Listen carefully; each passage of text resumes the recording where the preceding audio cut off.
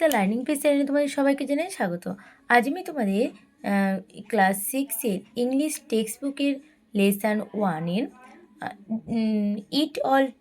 It all began with drip drip গল্পে part 1-2 আগে তোমাদের করে দিয়েছি। আজ আমি তোমাদের পার্ট 3 যে অংশটা আছে সেই অংশটা তোমাদের পড়াবো। আগে আমি পার্ট 1 আর 2-এ কী পড়েছিলাম, আমরা লাস্টে জেনেছিলাম যে রাজামশাই ভোলানাথ এবং তার স্ত্রীকে একটা বিশাল বড় বাড়ি দিয়েছিল থাকার জন্য। এরপর থেকে আমরা পড়ব। A few months after that evening, news came that a neighboring king has declared war. কি আছে? Declared war. সেই সন্ধ্যায় কয়েক মাস পর খবর হলো এক প্রতিবেশী রাজা যুদ্ধ ঘোষণা করেছে। Bholanath and his king gathered that the royal court. Bholanath এবং তার রাজা রাজ্যসভায় সমবেত হলেন, মানে একসাথে হলেন। The king told Bholanath, "You are the commander in chief of my army." রাজা ভোলানাথকে বললেন, তুমি আমার সেনাদলের প্রধান সেনাপতি। I enter you with the view of protecting my state. আমি তোমার ওপর আমার রাজ্যকে রক্ষা করার দায়িত্ব অর্পণ করলাম। তারপরে কি আছে? Bholanath came back home in আটার ডেসপেয়ার। ভোলানাথ অত্যন্ত নিরাশ হয়ে বাড়ি ফিরল। I don't even know how to ride a horse. কিভাবে ঘোড়া চড়তে হয় আমি তা জানি না। He told his wife helpless. সে তার স্ত্রীকে অসহায়ভাবে বলল, How will I defend our borders against you thousand enemy soldier? কিভাবে সীমান্তে আমি 8,000 শত্রু সেনার বিরুদ্ধে লড়াই করব? পরের প্যারা, ডোন্ট ওয়ার, বলছে চিন্তা করো না। হিজ ওয়াইফ সেড, তার স্ত্রী বলল, I will try you to the horse, আমি তোমাকে দড়ি দিয়ে ঘোড়ার পিঠে বেঁধে দেব। ইন দ্য মর্নিং, সকালবেলা রাজা the king sent Bholanath a magnificent steed. ভোলানাথকে একটি জাদবেল দেজি ঘোড়া পাঠালেন। Bholanath got up gloomily on the horse and his wife securely tied him to the with a rope. ভোলানাথের বিষণ্ণভাবে ঘোড়ার পিঠে উঠল এবং তার স্ত্রী তাকে দড়ি দিয়ে বেঁধে দিল। The horse did not like the feel of the tight ropes.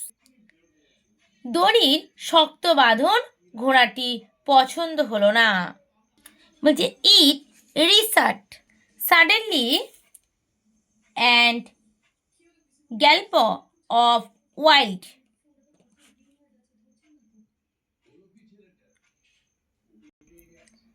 আচমকায় সে পিছনের পায়ে ভর দিয়ে দুরান্ত বেগে লাফিয়ে চলে গেল। Bholanath hung desperately to its mane. Bholanath মরিয়া হয়ে তার কেশরটি ধরে ঝুলতে রইল।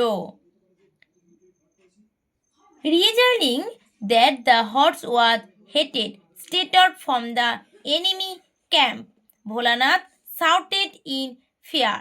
ঘোড়াটি সরাসরি শত্রু সেনার শিবে ঢুকে যাচ্ছে বুঝে ভোলানাথ ভয় চিৎকার করে উঠল।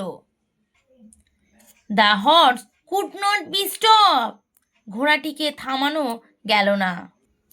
Bholanath notice a large tree with its branch হাগিং ওভার দ্য রোপ। ভোলানাথ লক্ষ্য করল রাস্তার উপরে একটি বড় গাছ আর ডালপালা ঝোলানো যখন ঘোড়াটি গাছের নিচ দিয়ে যাচ্ছিল। The horse galloped under the tree, যখন গাছের নিচ থেকে যাচ্ছিল। Bholanath reach up to grasp the branch and pull himself free. ভোলানাথের গাছের ডালপালাগুলোকে শক্ত করে ধরে সে নিজেকে মুক্ত করতে গেল। But the bench broke away in the his hands. The horse had enter the enemy camp. কিন্তু গাছের ডালপালাগুলো ভেঙে ভেঙে তার হাতে চলে এলো। ঘোড়াটি শত্রুর শিবিরে ঢুকে পড়ল। The enemy soldiers were astonishing to see a wild looking man tied to a fierce steed waving branches excitedly. ভয়ানক তেজি ঘোড়ার পিঠে বাঁধা হাতে গাছের ডালসহ আলোড়িত অবস্থায় একটি বন্য লোককে দেখে শত্রু সেনা অস্তিত্ব হয়ে গেল। হেল্প হেল্প, সে বাঁচাও বাঁচাও, ভোলানাথ ওয়াজ শাউটিং, ভোলানাথ চিৎকার করছিল। The enemy soldier did not hear him, শত্রু সেনারা তার কথা শুনতে পেল না।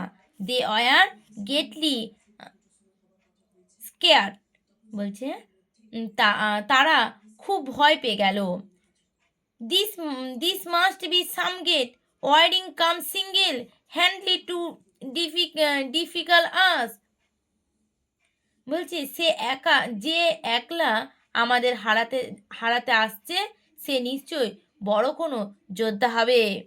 The soldiers were overcome with fear and interesting run way without put a fight. সৈন্যরা ভয়ে দিশাহারা হয়ে গেল, যুদ্ধ না করে তৎক্ষণাৎ পালিয়ে গেল।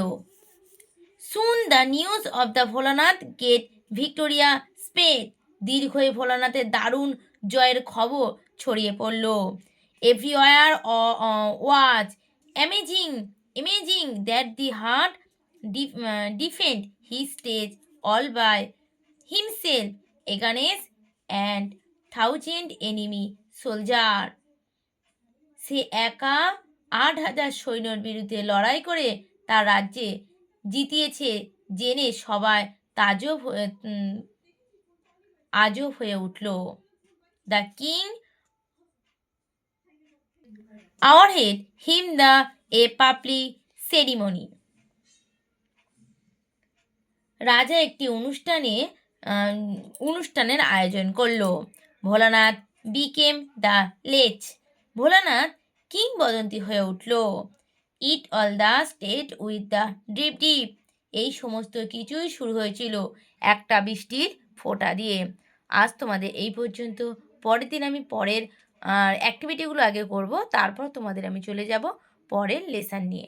যদি তোমাদের ভিডিওটা ভালো লেগে থাকে একটা সাবস্ক্রাইব, লাইক আর কমেন্ট করে জানাবে কেমন হয়েছে।